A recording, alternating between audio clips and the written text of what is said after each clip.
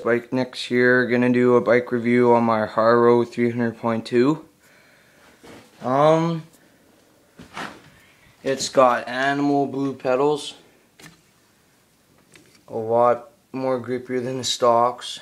Blue KMC chain, looks sweet on it. Haro seat, Haro stem post and seat clamp. Some kind of crank, I can't really remember. Don't know what that is, kind of hubs. Alienation rims with the Kenda contact tires. They're pretty good.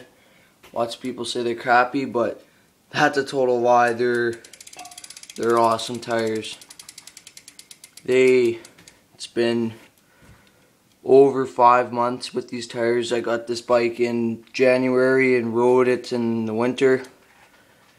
That's how much I love BMX biking. Stock back, sprocket and stock front,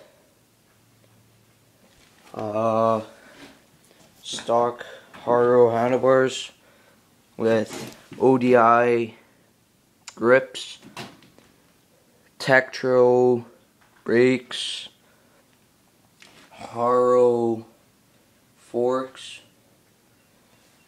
and that's about it.